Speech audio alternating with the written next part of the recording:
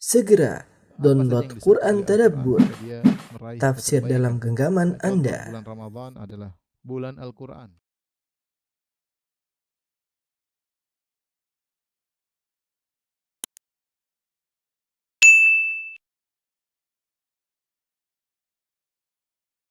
Bismillahirrahmanirrahim. Assalamualaikum warahmatullahi wabarakatuh.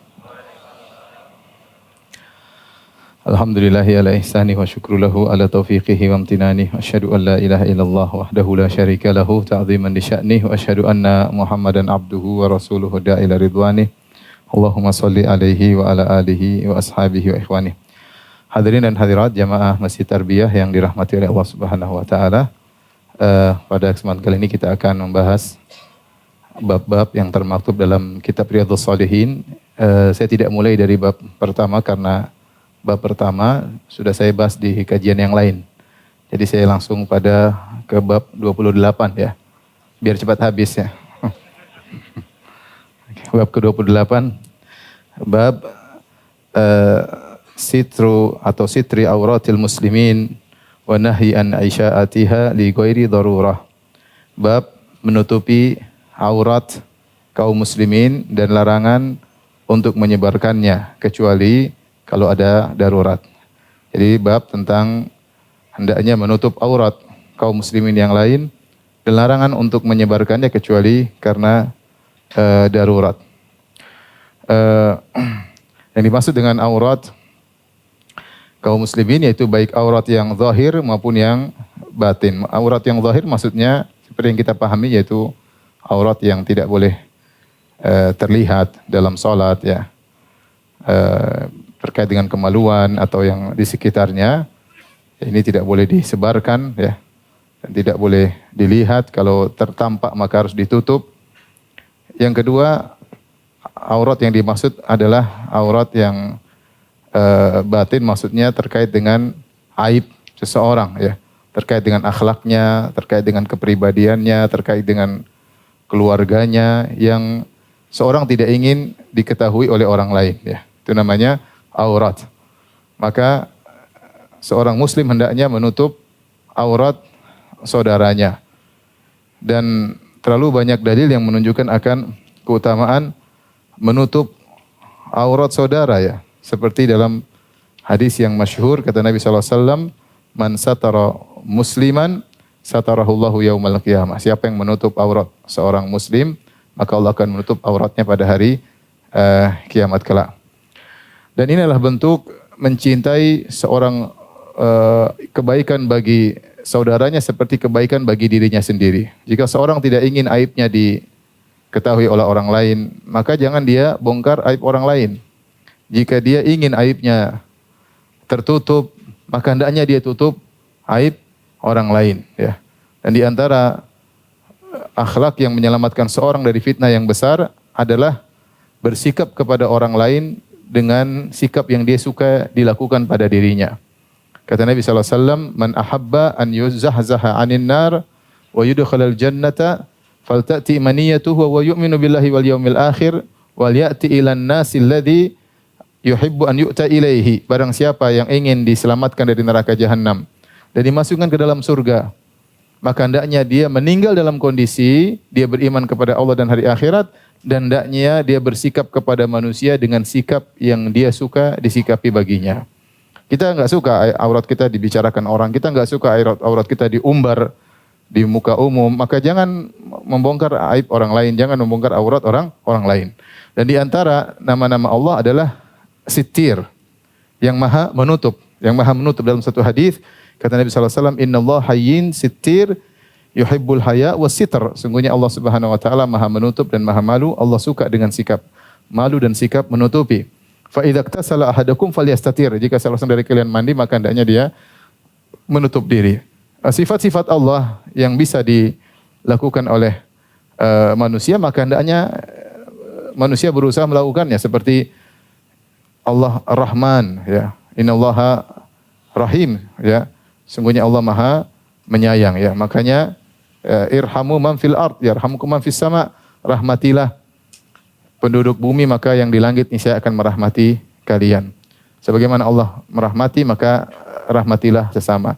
Sebagaimana Allah ya suka mengampuni, maka hendaknya kita juga suka mengampuni dan maafkan orang lain ya.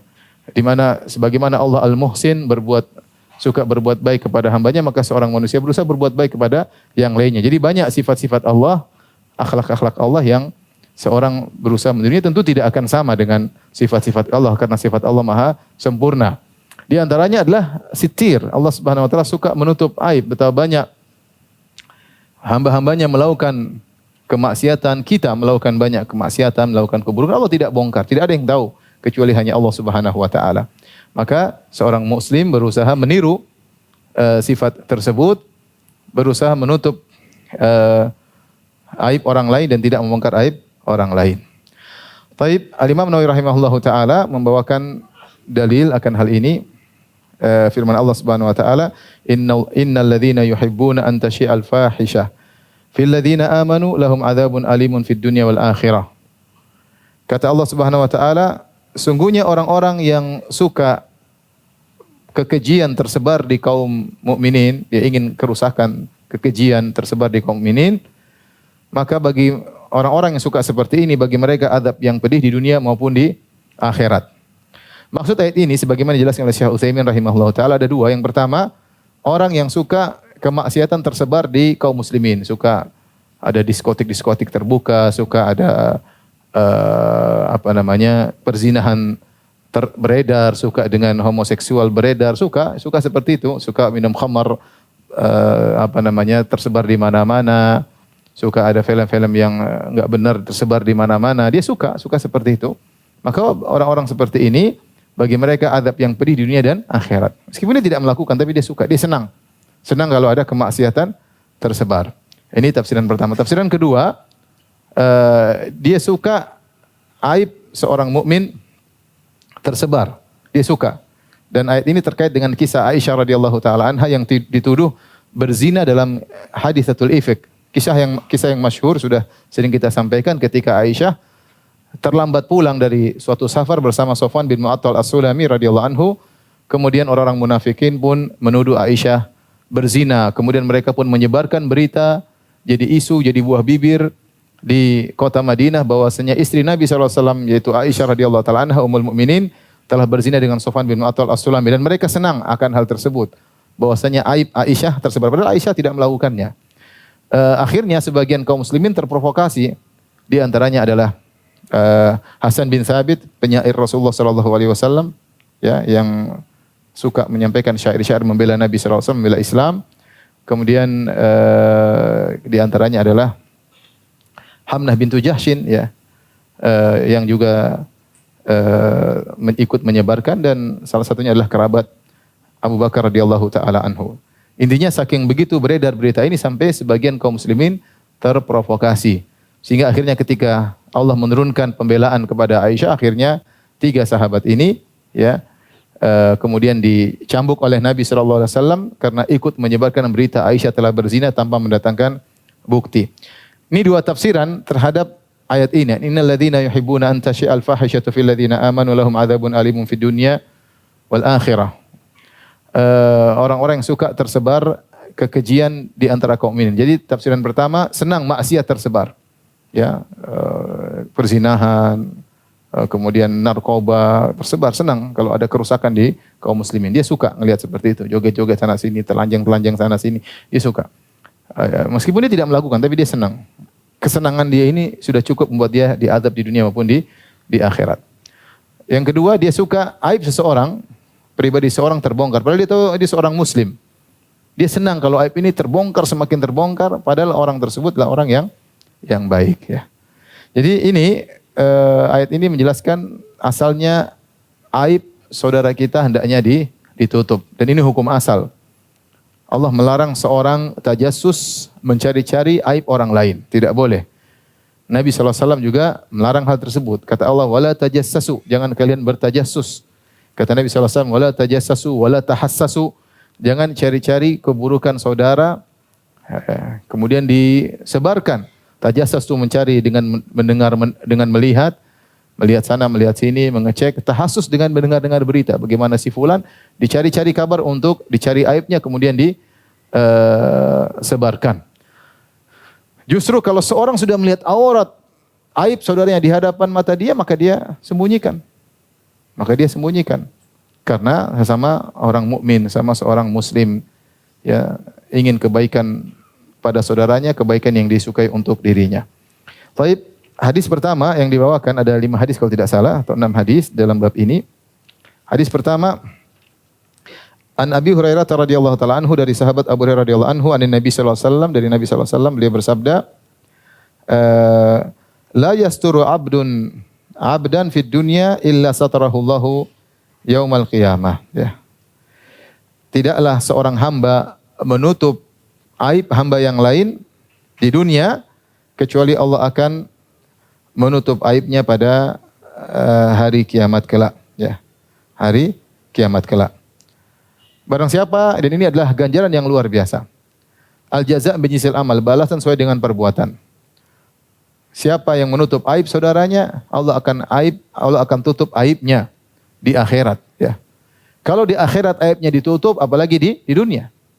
Kalau di akhirat aibnya ditutup, apalagi di dunia. Kalau sudah terungkap di dunia, orang sudah sama-sama tahu, oh si fulan begini-begini. Ketika ada kemungkinan aib di dunia tidak terungkap, akan diungkap di akhirat. Ternyata di akhirat Allah tutup juga, berarti aibnya di dunia sudah otomatis ditutup. Jadi ketika Nabi SAW mengatakan, la yasturu abdan fid dunya illa satarahullahu yaumal qiyamah. Tidaklah seorang hamba menutup aib saudaranya di dunia kecuali Allah akan tutup aibnya di akhirat, berarti otomatis di dunia juga ditutup otomatis. Karena kalau di dunia sudah terbongkar, ya sudah, di akhirat orang sudah pada tahu semua. Tapi ketika di dunia ditutup, ada kemungkinan di akhirat masih dibongkar. Ternyata di akhirat pun Allah tutup, berarti di dunia juga sudah otomatis tertutup. Mimbabi aula, lebih utama, ya. Apa yang dimaksud dengan Allah menutup aibnya? Pendapat pertama, maksudnya Allah tidak akan membongkar aibnya di hadapan khalayak di akhirat, ya. Allah akan ungkapkan aibnya, tapi antara Allah dengan dia. Sebagaimana datang dalam satu hadis, ya, bahwasanya ketika hari kiamat kelak, Allah mendekatkan hamba seorang mukmin, fayadau alaihi kanafahu, kemudian Allah tutup dia dan Allah berbicara antara Allah dengan dia langsung. Kemudian Allah Subhanahu wa taala mengingatkan dia atas dosa-dosa yang pernah dia lakukan. Bukankah kau telah melakukan ini? Kata dia, benar ya Rabb. Ya, bukankah kau telah melakukan ini? Kata dia, benar ya Rabb. Hatta idza dhanna annahu qad halak. Ketika Allah bongkar aib-aibnya yang orang lain tidak tahu, cuma Allah yang tahu. Dia merasa dia akan binasa, maka Allah Subhanahu wa taala berfirman, berkata kepadanya, wa qad satartuha 'alaika fid dunya wa ana al-an aghfiruha laka. Waktu di dunia aku telah menutup aib-aib ini, enggak ada yang tahu. Maka sekarang aku akan ampuni dosa-dosamu. Jadi yang dimaksud Allah akan tutup aibnya di akhirat, yaitu Allah tidak akan bongkar di hadapan apa? Khalayak. Karena kita tahu bahwasanya sebagian pelaku maksiat dibongkar aibnya di hadapan khalayak. Dan hadis-hadis yang menunjukkan ini banyak. Contoh seperti kata Nabi SAW, man kanat lahum ra'atani famala ila ihdahuma jaa yaumal qiyamati yashiku ma'il. Siapa yang punya istri dua? Siapa ayo? Yang kemudian dia condong kepada salah satunya, dia tidak adil, maka akan dibangkitkan pada hari kiamat kelak dalam kondisi badannya miring. Dibangkitkan dalam kondisi badannya miring berarti terbongkar enggak aibnya? Terbongkar. Terbongkar. Jadi ada pelaku maksiat yang Allah bongkar aibnya di akhirat. Dipermalukan dengan badannya miring. Kenapa? Ketika di dunia dia tidak adil kepada kedua istrinya, ya. Oleh karenanya sampai sebagian mazhab Hanabilah mengatakan hukum asal berpoligami adalah makruh karena khawatir seorang tidak bisa adil dalam mensikapi kedua istrinya. Kemudian juga contohnya misalnya Rasulullah SAW bersabda tentang orang-orang yang berbuat kecurangan, maka pada hari kiamat kelak bendera kecurangan akan dipasangkan pada dia. Semua orang tahu, hadza ghadratu fulan, ini pengkhianatan, kecurangan si fulan. Dilihat oleh banyak orang. Contoh lagi Nabi SAW menceritakan tentang orang yang sombong pada hari kiamat kelak dibangkitkan, yuhsyarul mutakabbiruna yaumal qiyamah ka'amsalidz dzar fi suwari rijal, dibangkitkan dalam kondisi seperti semut kecilnya tapi bentuknya manusia. Yaksyahumudz dzul min kulli makan, maka dia diliputi dengan berbagai macam kehinaan Kenapa? Karena selama di dunia dia sombong dan angkuh merasa besar, pada hari kiamat Allah bangkit dalam kondisi kecil. Ini dilihat oleh banyak orang. Ya. Ya. La tazalul mas'alatu bi ahadikum yaumal qiyamah hatta yalqallahu yaumal qiyamah wa laisa ala wajhi muzatul lahm. Seorang senantiasa minta kepada orang yang tidak punya malu, minta secara langsung, minta lewat medsos, tidak punya malu, minta untuk keperluan pribadi padahal dia bukan dalam kondisi darurat. Tidak punya malu, rai gedek, yang muka tembok apalagi dan seterusnya. Ketika pada hari kiamat Allah bangkitkan dalam kondisi mukanya tidak ada daging sama sekali. Dilihat oleh banyak orang atau tidak? Dilihat oleh banyak orang. Nah, siapa yang menutup aib saudaranya, Allah akan tutup aibnya. Kalau dia punya aib, Allah tidak akan bongkar di hadapan khalayak, tapi Allah bongkar di hadapan Allah Subhanahu wa taala. Allah mengatakan, "Waqad satartuhu 'alaika fid dunya fa ana aghfiruha lakal yaum." Di dunia aku tutup aibmu dan sekarang di akhirat aku akan ampuni dosa-dosa tersebut. Ini pendapat pertama yang dimaksud dengan menutup aurat, yaitu ditutup, tidak dibongkar. Dan sudah saya sampaikan tadi, ketika Nabi mengatakan Allah tutup di akhirat, otomatis berarti di dunia juga ditutup. Kita semua pasti punya aib, tidak ada yang tidak. Siapapun orangnya, pasti punya aib. Cuma ketahuan atau tidak ya. Ketahuan atau tidak. Nah kalau kita ingin aib kita tidak terbongkar, ya tutup aib orang. Tutup aib orang. Kalau mata kita tidak melihat aib orang itu yang terbaik. Kalau telinga kita tidak mendengar aib orang lain itu yang terbaik. Kita ingin mata kita selamat, kita ingin telinga kita selamat, ingin hati kita selamat. Makanya Nabi SAW dalam hadis yang dihasankan oleh Ahmad Syakir dalam Musnad Imam Ahmad, kata Rasulullah SAW, ya janganlah salah seorang dari kalian menyampaikan tentang sahabatku kepadaku. Saya ingin keluar bertemu dengan sahabatku wa ana salimus sadar. Saya ingin dadaku lapang, tidak tahu si fulan gimana, si fulan gimana, si fulan gimana. Saya enggak ingin dengar aib. Kenapa? Kalau kita sudah dengar aib, sudah lihat aib, ada kecenderungan manusia untuk menyebarkan. Maka kalau mata kita tidak melihat aib orang, alhamdulillah bersyukur. Kalau telinga kita tidak melihat dengar aib orang, bersyukur. Karena kalau kita sudah melihat aib orang, mendengar aib orang, ada potensi kita untuk bercerita. Nah, kalau Allah mentakdirkan mata kita melihat aib orang, kita mendengar aib orang, kita tahu, maka kita tutup. Kalau ingin aib kita ditutup di dunia, terlebih lagi di mana? Akhirat. Oh, di akhirat dibongkar repot ya. Betapa banyak orang di dunia aibnya ditutup, di akhirat dibongkar. Yauma tubalas sarair, hari di mana Allah bongkar rahasia. Kita tidak ingin seperti itu ya. Tidak ingin aib kita dibongkar di akhirat. Jadi ini pendapat pertama yang dimaksud dengan Allah menutup aibnya, itu Allah tidak membongkar di khalayak. Pendapat yang kedua yang dimaksud dengan Allah menutup aibnya, itu Allah tarkul muhasab. Allah tidak hisab, Allah tidak sebut sama sekali, selesai. Ketemu Allah tidak Allah singgung-singgung ya. Tidak Allah singgung-singgung. Artinya menutupnya benar-benar sempurna sampai tidak disinggung oleh Allah Subhanahu wa taala. Tapi yang lebih tepat pendapat yang pertama. Pendapat yang pertama.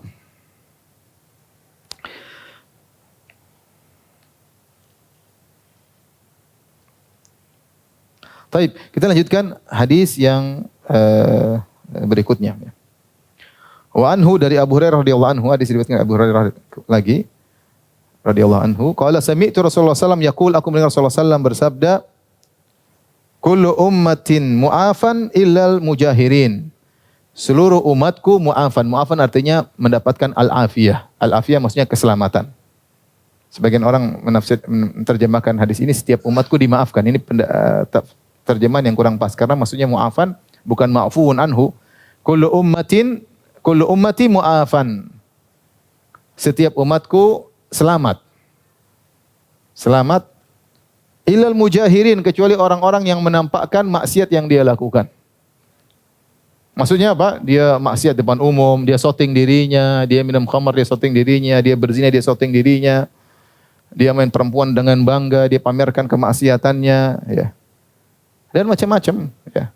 Dia pergi ke rumah peracuran, kemudian dia banggakan dirinya, dia pergi tempat diskotik, kemudian dia pamer ke sana kemari. Artinya dia menampakkan atau dia tampil di panggung membuka auratnya, kemudian dia berjoget sesukanya, semua orang melihat, dia bangga dengan maksiat tersebut. Maka orang seperti ini tidak selamat. Karena dia menampakkan maksiat di hadapan banyak orang. Dan ini dosanya besar. Maksiat menjadi besar dosanya ketika dilakukan dengan terang-terangan. Kenapa? Karena orang yang terang-terangan melakukan maksiat seakan-akan dia nganggap remeh. Dia nganggap remeh Allah. Dia nganggap remeh maksiat tersebut. Dia nggak takut sama Allah Subhanahu wa taala. Makanya dia terang-terangan. Kemudian bagaimana dia mau selamat? Dia menganggap remeh maksiat tersebut. Bagaimana dia mau selamat?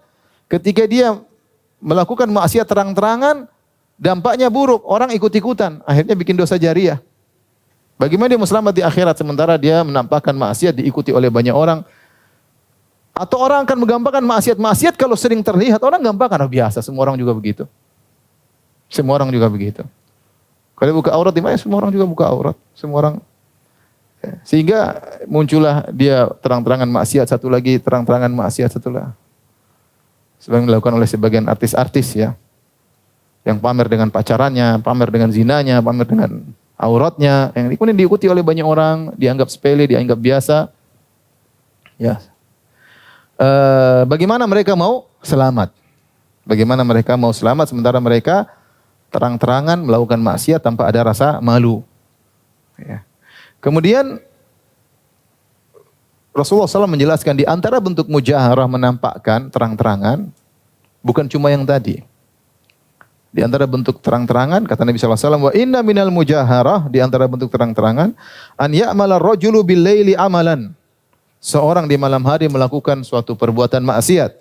Suma yusbihu wa qad satarahu Allah alaihi. Kemudian di pagi hari Allah telah menutup aibnya, tidak ada yang tahu.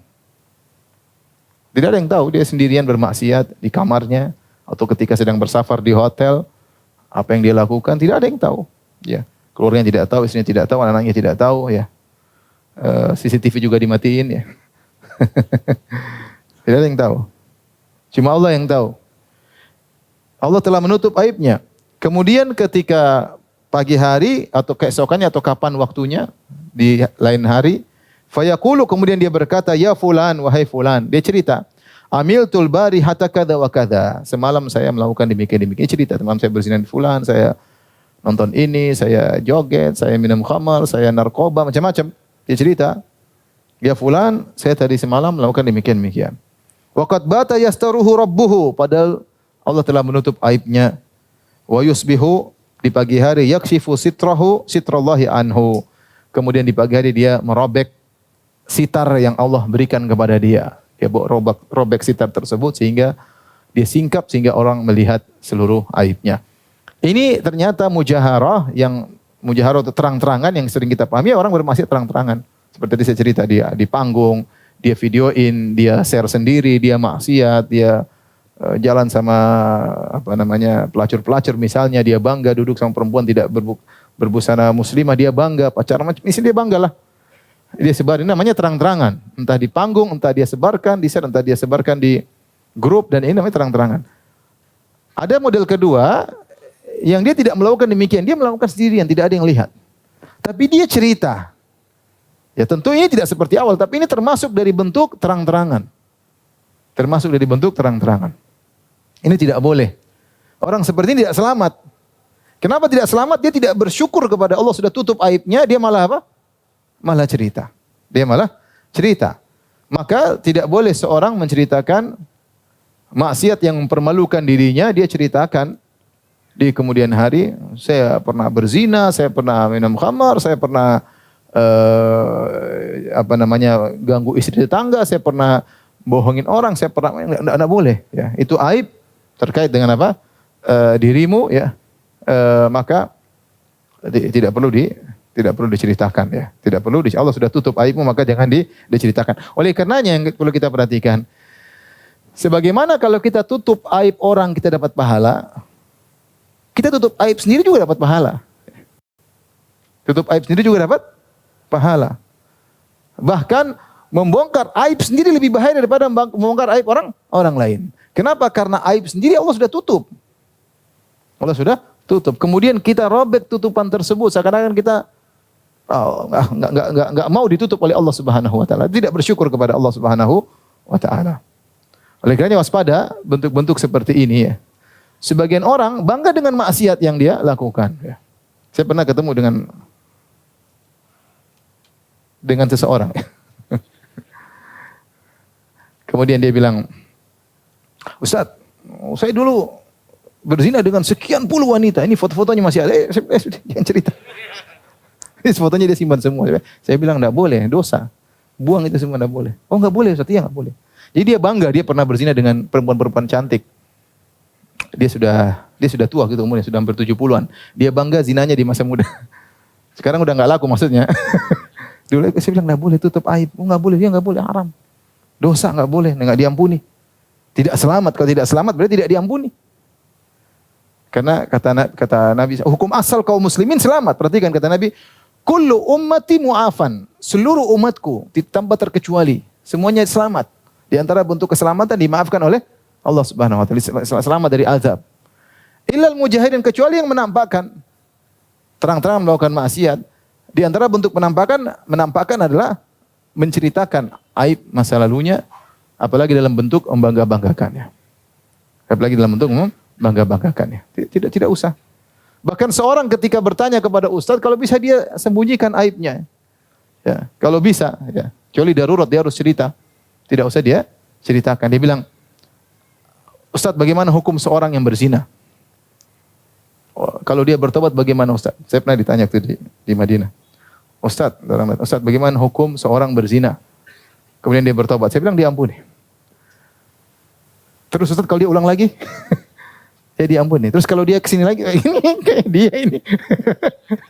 Maksudnya yang pintar tanyalah, jangan sampai ketahuan maksud saya.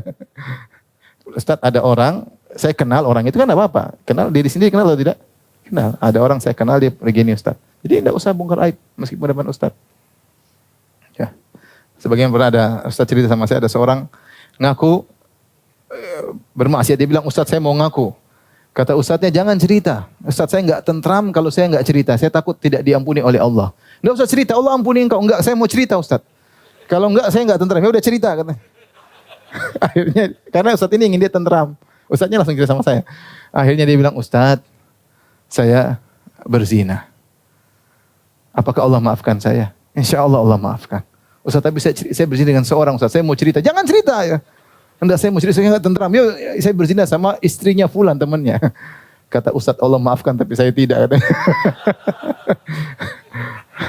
Jadi nggak boleh. Kita nggak boleh. Semua aib ditutup, nggak boleh kita ungkap, nggak boleh cerita. Ada orang mungkin berusaha mungkit-ungkit, nggak boleh kita ceritakan. Itu aib sudah ditutup, jangan dibongkar oleh orang apapun. Dia pernah berzina, pernah gini, maka jangan cerita. Lain halnya ketika aib tersebut tidak berkaitan dengan harga diri seorang, misalnya dia pernah melakukan kesyirikan, kemudian dia menyebutkan atau dia pernah melakukan hal-hal seperti itu, kemudian dia cerita bagaimana saya dulu salah untuk menjadi pelajaran bagi yang lain. Seperti Salman Al-Farisi. Salman Al-Farisi pernah menjadi Majusi, kemudian pernah ikut Nasrani, kemudian masuk Islam. Dia cerita sampai Nabi suruh dia cerita untuk kaumnya. Meskipun telah kemaksiatan tapi tidak merupakan kemaksiatan yang mempermalukan seorang hamba, maka diceritakan agar orang menjadi ibrah. Sebagaimana sekarang banyak orang yang mu'alaf kemudian cerita tentang perjalanannya mencari keimanan ya. Demikian juga misalnya ada seorang pemusik yang kemudian dia sadar, kemudian dia cerita tentang kisahnya. Tidak, dia jangan cerita saya dulu minum khamr, tidak perlu, dia cerita global saja. Saya dulu pernah begini, kemudian Allah kasih saya petunjuk ya, seperti ini yang tidak menjadikan seorang dipermalukan atau yang lainnya, mudah-mudahan tidak jadi masalah, apalagi ada maslahatnya agar bisa diikuti oleh orang lain. Tapi jangan dia bilang saya dulu berzina, ya enggak boleh ya. Itu aib kalau zina, kalau homoseksual, seperti itu enggak boleh diceritakan ya. Baik. Oleh karenanya di antara kritikan kepada sebagian orang yang kemudian mereka menulis biografi tentang diri mereka, kemudian mereka cerita tentang dosa-dosa yang dia lakukan dalam biografi tersebut. Dia bilang kita harus jujur ketika menulis biografi. Enggak. Kamu disuruh tutup sama Nabi SAW. Enggak boleh tulis biografimu. Saya dulu begini, berzina sama ini, saya pajak. Enggak boleh. Enggak boleh. Meskipun itu biografi. Kamu enggak usah, kamu skip. Saya enggak suruh kamu bohong, tapi saya suruh apa? Skip. Jangan bilang saya enggak pernah berzina, bohong. Kamu enggak usah cerita ketika tulis biografimu, langsung loncat ya. Saya SMA, tahu-tahu saya kuliah. Cerita 3 tahun di SMA macam-macam enggak usah cerita ya. Enggak usah cerita. Taib, ikhwan dan akhwat yang rahmati Allah Subhanahu wa taala. Terkait dengan Imam Nawawi rahimahullah taala punya perincian terkait dengan orang yang melakukan dosa di hadapan kita ya. Jika kita melihat terkait aib orang, kelihatan enggak? Nggak kelihatan ya? Hah?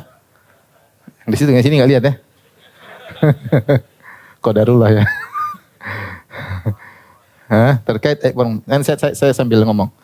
Aib orang terbagi menjadi dua ya. Yang pertama yang telah lewat, yang telah terjadi. Bukan di hadapan mata kita. Di hadapan mata kita.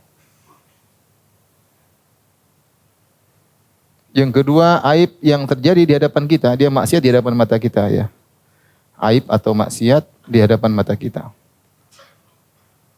Di hadapan mata. Di hadapan kita. Apa yang kita lakukan kalau dia melakukan maksiat di depan kita? Kita beramar nahi mungkar, tegur. Jangan biarin aja. Kita apa? Tegur. Maka tugas kita menegur. Bernahi mungkar.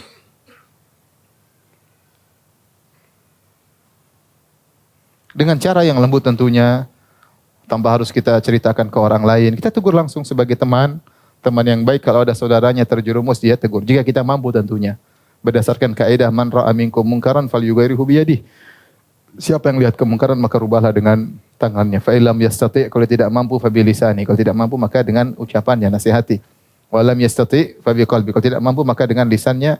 Wa dzalika dha'fu, dengan hatinya, ingkari dengan hatinya. Wa dzalika adhaful iman, dan itu adalah iman yang paling rendah. Baik, jika maksiat tersebut tidak di hadapan kita, kita tahu atau sudah lewat, maka ada dua model manusia ya. Dua model orang. Yang pertama adalah orang yang asalnya baik ya. Baik dan maksiatnya untuk dirinya. Maksiatnya terkait dengan dirinya.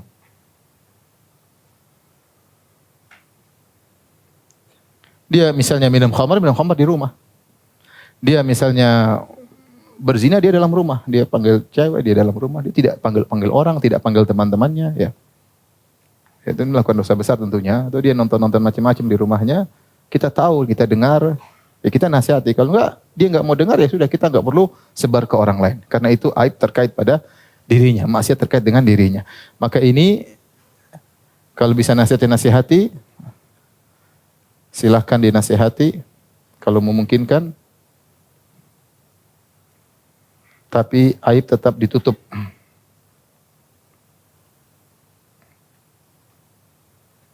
Yang kedua, orang yang maksiatnya terkait dengan kemaslahatan orang banyak. Orang yang maksiatnya terkait dengan kemaslahatan orang banyak.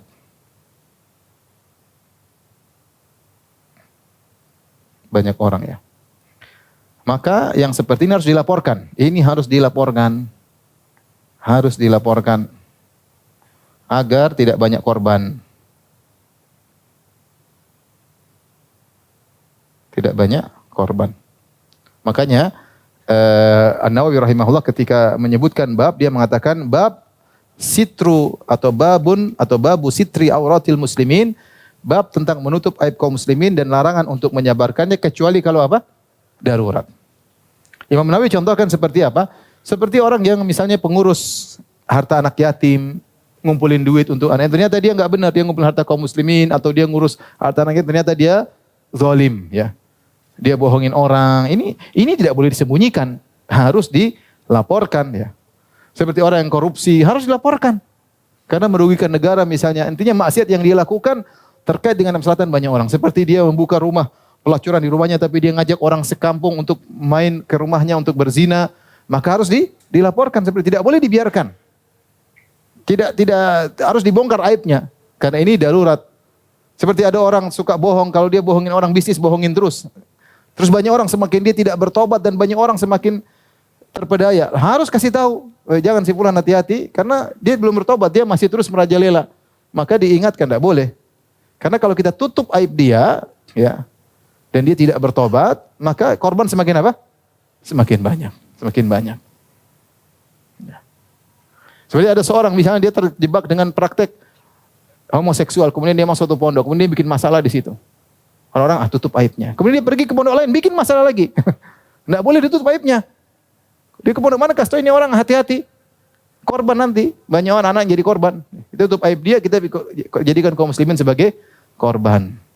Hanya kayak ini melihat maslahat dan mudarat. Jadi kalau maksiat hanya seorang, ya urusannya dengan Allah Subhanahu wa taala. Kita cuma nasihat. Tapi kalau kemaksiatan tersebut terkait dengan kemaslahatan banyak orang, maka tidak boleh dibiarkan, harus dilaporkan. Ini kira-kira makanya ketika para ahli hadis menjelaskan tentang kedudukan para rawi, mereka sebutin ini kadzab, ini pendusta, ini hafalannya lemah, ini semua aib. Makanya namanya al-jarh wa ta'dil. Ilmu al-jarh wa ta'dil tentang biografi, tentang kredibilitas seorang rawi. At-ta'dil yaitu merekomendasi sang perawi, al-jarh mencela. Dan itu dilakukan oleh para ulama. Bagaimana si fulan? Si fulan dia rajin ibadah tapi hafalannya parah. Rajin ibadah ya, tapi hafalannya suka lupa. Hadisnya dhaif. Kenapa? Karena terkait dengan hadis Nabi SAW. Maka harus dibongkar tentang hakikat rawi ini. Kalau dia pendusta-pendusta, kalau dia matruk-matruk, muttaham bil kadzib, terdusta, dan berbagai macam aibnya dibongkar karena ini terkait dengan hadis Rasulullah SAW. Demikian juga kalau seorang punya pemikiran yang menyimpang dalam dunia dakwah kemudian menyebarkan penyimpangannya, maka harus dibongkar. Kalau tidak, maka orang akan terpedaya. Sebagaimana kata Imam Ahmad, "Idza sakattu ana wa sakatta anta, mata yu'raful haqqu minal batil." Kalau saya diam, kamu juga diam, enggak ada yang ngomong, kapan orang tahu kebenaran dari kebatilan? Harus ditegur. Enggak boleh dibiarkan. Baik, kita lanjutkan hadis ke-3 ya.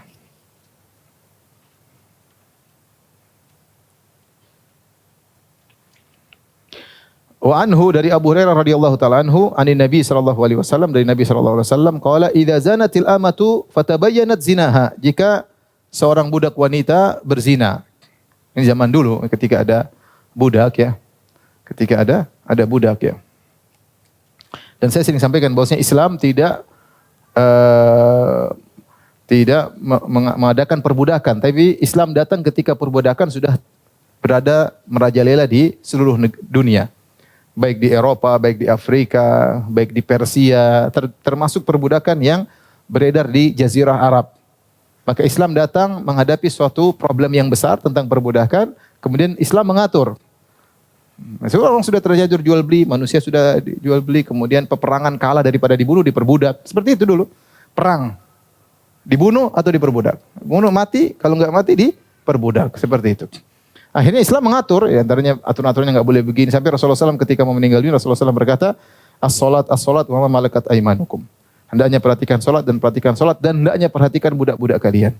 Karena potensi seorang majikan menyakiti atau berbuat zalim kepada budak. Kemudian betapa banyak syariat menyuruh untuk memerdekakan budak.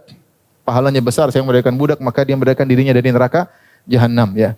Kemudian betapa banyak syariat kalau ada pelanggaran maka kafarahnya dengan memerdekakan budak. Seperti seorang lelaki yang berhubungan dengan istrinya di siang hari bulan Ramadan. Kafarahnya adalah memerdekakan budak. Intinya perbudakan itu ada di zaman Nabi SAW dan Nabi menghadapi problem yang sedang terjadi, maka timbul aturan-aturan terkait dengan perbudakan. Maka Nabi berkata, jika ada seorang budak ya, budak wanita berzina, fatabayyana zinaha, kemudian jelas dia berzina, majikannya tahu, ya, majikan cek dan ternyata dia berzina benar, bukan katanya cek, memang berzina. Falyajlidha al-hadda, maka hendaknya dicambuk, ya, dan budak ya setengah daripada yang merdeka ya. Baik kalau wanita, kalau lelaki atau wanita merdeka yang berzina ada dua model. Yang satu uhsin, sudah muhsan. Muhsan artinya dia sudah pernah menikah dengan nikah yang sah. Dia pernah merasakan kelezatan hubungan intim yang sah. Kemudian dia berzina, maka kalau dia berzina dirajam sampai mati. Bagi yang belum pernah menikah dengan sah, kemudian dia berzina, maka dia ghairu muhsan, maka kalau dia berzina dicambuk 100 kali, kemudian tagribu am, kemudian dijauhkan selama setahun. Kalau sekarang dipraktekkan di Arab Saudi dengan dipenjara selama setahun. Kalau dia belum pernah menikah. Jadi dibedakan antara yang sudah pernah menikah, kalau berzina dirajam sampai mati. Kalau yang belum menikah, maka cukup dicambuk 100 kali kemudian diasingkan selama setahun. Adapun budak, kalau dia melakukan zina, tidak dibedakan budak yang sudah menikah atau yang belum menikah, maka tetap dihukum cuma setengahnya, yaitu 50 kali cambukan. Fa alaihin nisfu ma 'alal muhsanati minal adzab. Hanya 50 kali cambukan. Maka Nabi mengatakan kalau ada budak mau berzina, cambuk dia 50 kali. Wala yusarrib 'alaiha, tapi tidak usah dicela. Dasar budak itu enggak perlu. Cambukan ini sebenarnya sudah cukup untuk menegurnya. Jadi tidak perlu dicela sambil dimaki-maki. Nasihati boleh, tapi dasar perempuan ini dasarnya enggak perlu. Ya. Summa in zanati tsaniyah, setelah dicambuk ternyata masih zina lagi yang kedua kali, falyajlidlah hadda, maka cambuk lagi 50 kali. Majikan yang melakukan. Dan ini dalil bahwasanya hukum had boleh dilakukan oleh majikan kepada budaknya. Selain itu enggak boleh bapak menghukum had kepada anaknya, suami hukum had kepada apa? Istrinya. Adapun selain budak maka kembali kepada penguasa. Penguasa yang berhak melakukan hukum had. Kalau penguasa tidak menerapkan hukum had, urusan mereka dengan Allah, kita tidak boleh menerapkan hukum had dengan main hakim sendiri, tidak boleh. Kecuali antara majikan dengan apa?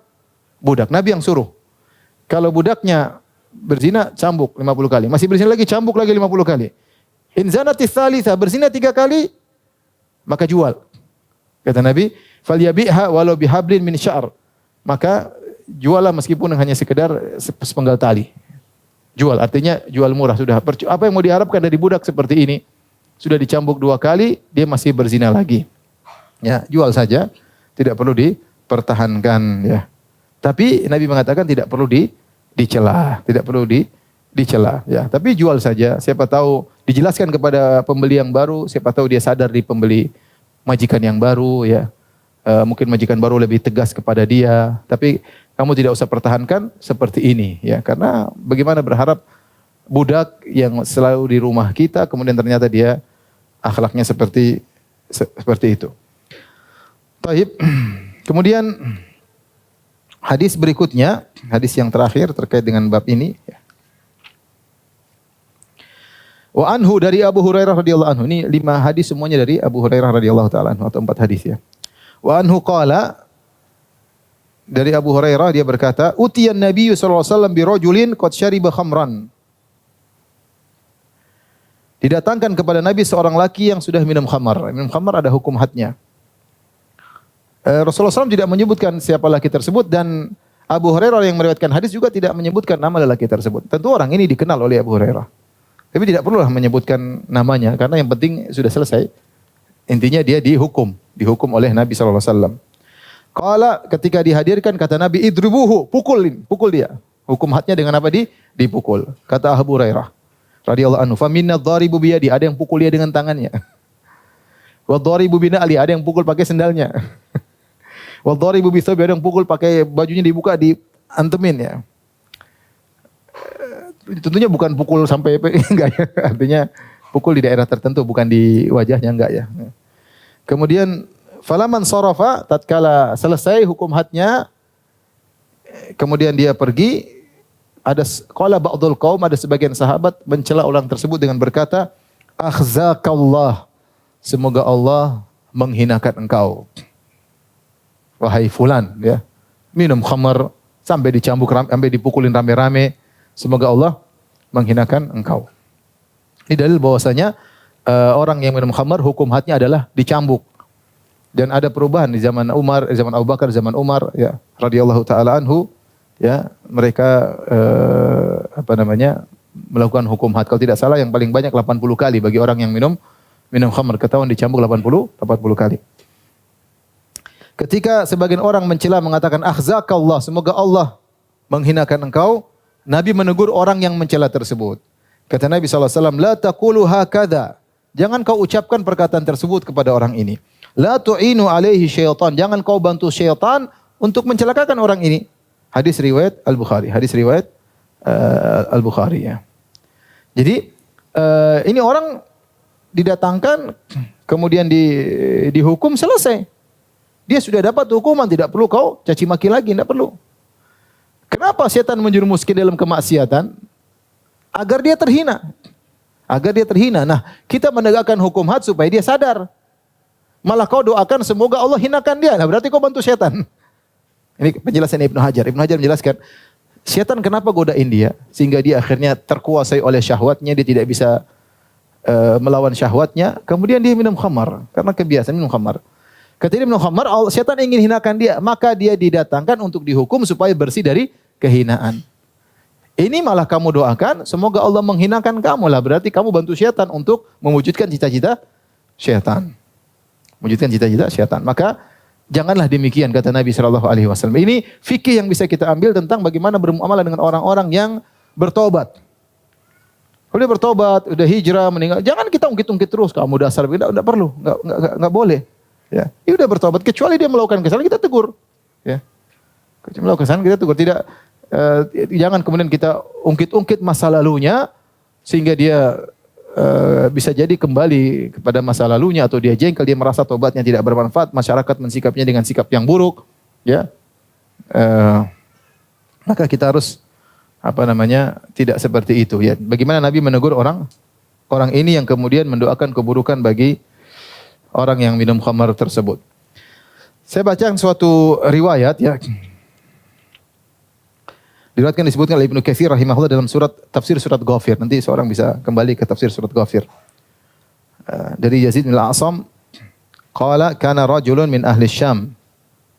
Ya. Dzu ba'as. Kata Yazid bin Al-Asam, ada seorang lelaki dari negeri Syam yang orangnya kuat. Dalam peperangan orangnya kuat, ya.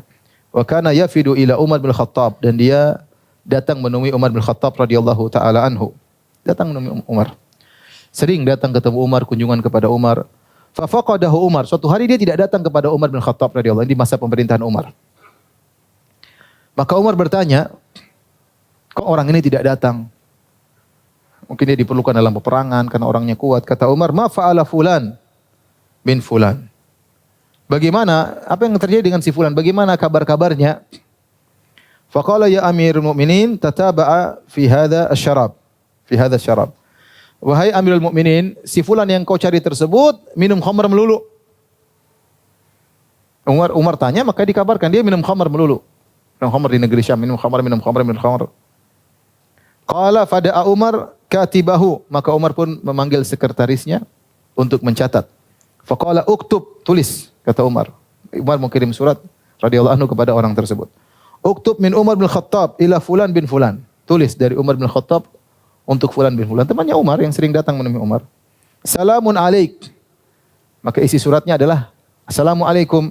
Fa inni ahmadu ilaika Allah alladzi la ilaha illahu.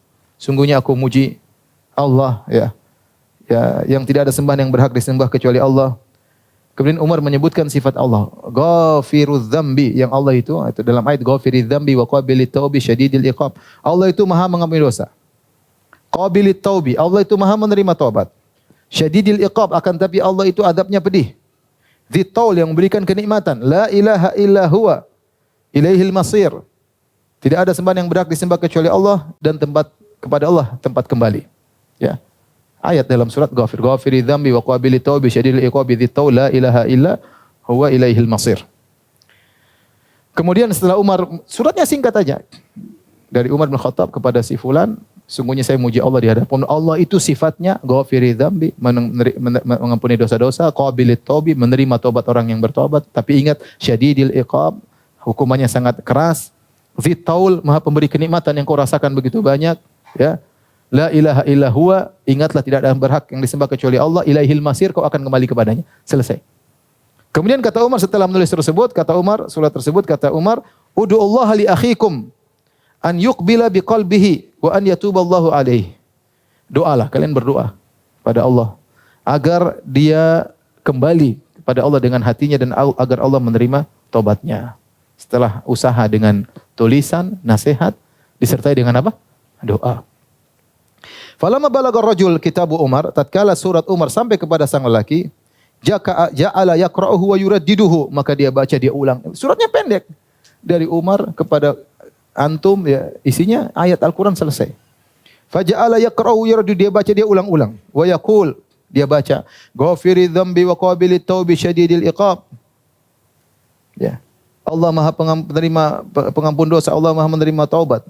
Dan Allah keras siksaannya. Qad hadzarani uqubatahu wa awadani an yaghfira li. Allah telah memperingatkan aku dengan siksaannya yang keras dan Allah telah berjanji untuk mengampuniku.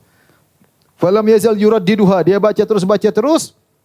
Dia ingatkan dirinya, summa baka, kemudian dia menangis. Summa naza'a fa ahsana naza', kemudian dia meninggal dunia. Falamma balagha Umar khabaruhu, tatkala sampailah kabar kematiannya kepada Umar, artinya dia bertobat kepada Allah Subhanahu wa taala, maka Umar berkata, hakadha fasna'u idza ra'aitum akhan lakum zallatan fasaddiduhu. Hendaknya kalian bersikap seperti ini. Kalau kalian melihat ada saudara kalian terjerumus, tergelincir, maka luruskan dia. Ya.